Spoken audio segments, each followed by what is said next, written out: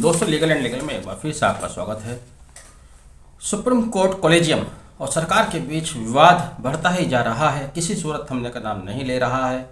मैं आपको बता दूं कि 21 जनवरी 2023 को केंद्रीय कानून मंत्री किरण रिजिजू ने दिल्ली हाई कोर्ट के एक पूर्व जस्टिस द्वारा किए गए ट्वीट को शेयर किया और शेयर के साथ उन्होंने टिप्पणी भी की। पहले ये जान लीजिए कि दिल्ली हाई कोर्ट के पूर्व जस्टिस RS सोधी साहब ने ट्वीट में क्या कहा था। उन्होंने ट्वीट में कहा था कि सुप्रीम कोर्ट ने कॉलेजियम के द्वारा संविधान को, कॉन्स्टिट्यूशन को हाईजैक कर लिया है और आगे उन्होंने कहा कि इस तरह से संविधान को हाईजैक करने के बाद वे अपना चयन खुद करते हैं, जिसमें सरकार की कोई भूमिका नहीं होती। इसी ट्वीट को केंद्रीय कानून मंत्री श्री किरण रिजिजू ने शेयर किया और साथ में इसके साथ टैग लगाया कि मेजॉरिटी की राय भी इसी तरह की है, यानी कि देश के अधिकांश लोग यही सोचते हैं कि सुप्रीम कोर्ट ने कॉलेजियम के द्वारा संविधान को हाईजैक कर लिया है। यह टिप्पणी केंद्रीय कानून मंत्री द्वारा एंडोर्स की गई एक गंभीर विषय है, गंभीर बात है। इसमें बहुत संभल कर बोलने की सभी पक्षों को जरूरत है, लेकिन जिस तरह से पूर्व जस्टिस RS सोधी ने सीधे सीधे कहा कि सुप्रीम कोर्ट द्वारा संविधान को हाईजैक कर दिया गया है, इस टिप्पणी का लोगों में, जनता में क्या मैसेज जाएगा, इसका भी अनुमान लगा लेना चाहिए था। आगे देखिए क्या होता है, अब आगे भी सुन लीजिएगा।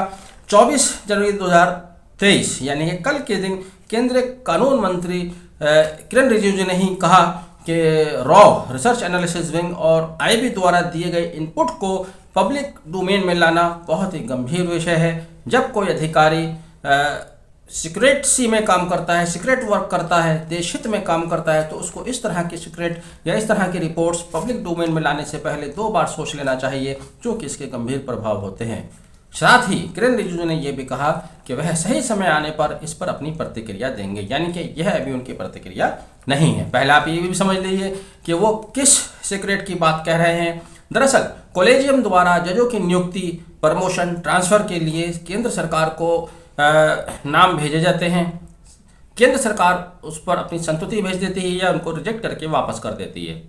कॉलेजियम का एक नियम यह भी है कि यदि कॉलेजियम दोबारा उन नामों को भेज देता है, तब केंद्र सरकार के पास सिवाय उसको स्वीकार करने के कोई दूसरा रास्ता नहीं होता।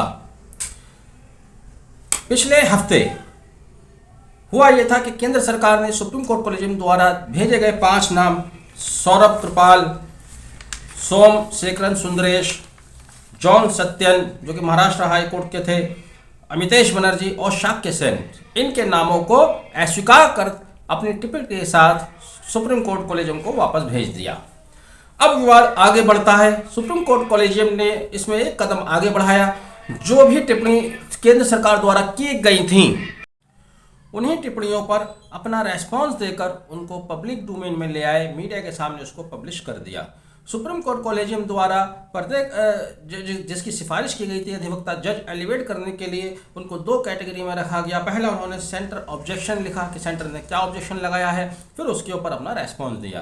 तो केंद्रीय कानून मंत्री किरण रिजिजू का कहना यही था कि जो भी सेंटर के ऑब्जेक्शन थे वो ऑब्जेक्शन रॉ की रिपोर्ट के अनुसार थे या IB के इनपुट्स के अनुसार थे। वो एक सीक्रेट रिपोर्ट्स होती हैं, सीक्रेट रेस्पॉन्स होते हैं, उनको पब्लिक डोमेन में नहीं लाना चाहिए था। ये बात कतई सही है।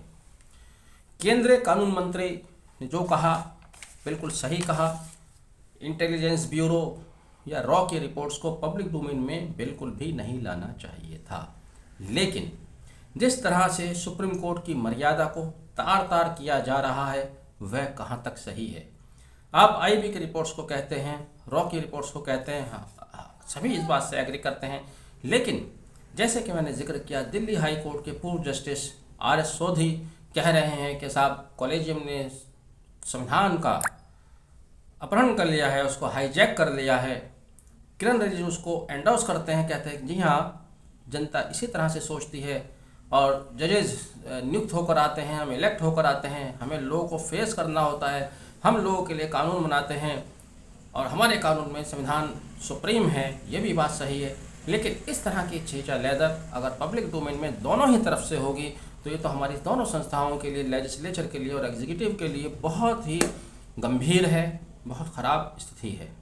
मैं आपको याद दिलाना चाहूँगा साल 1995 में भी इसी तरह की स्थिति पैदा हुई थी, जब उस समय के तत्कालीन राष्ट्रपति महोदय ने सुप्रीम कोर्ट को अपने संविधान द्वारा प्रदत्त शक्तियों का प्रयोग करते हुए एक पत्र लिखा, जिसमें उन्होंने 9 सवाल उठाए थे। 9 सवालों का जवाब देने के लिए 9 जजेस की एक बेंच गठित की गई थी। हालात उस जैसे नहीं, बल्कि उससे भी ज़्यादा गंभीर दिखाई दे रहे हैं। कॉलेजियम को लेकर मेरे इससे पहले और भी वीडियोज़ हैं, आप उनको देखिएगा, आपको सभी स्थिति स्पष्ट होंगी। लेकिन राष्ट्र हित में, संविधान के हित में, कानून के हित में इस तरह की बातें करना बिल्कुल गलत है। जो भी बातें हैं वो बंद दरवाजे में बैठकर होनी चाहिए। कॉलेजियम और सुप्रीम कोर्ट को बैठकर इन विषयों को आपस में तय करना चाहिए, नहीं तो इन दोनों ही बातों का विषय, इन मैसेज जनता के बीच में बहुत गलत जाएगा। आपने वीडियो आखिर तक देखा, thank you, have a nice day.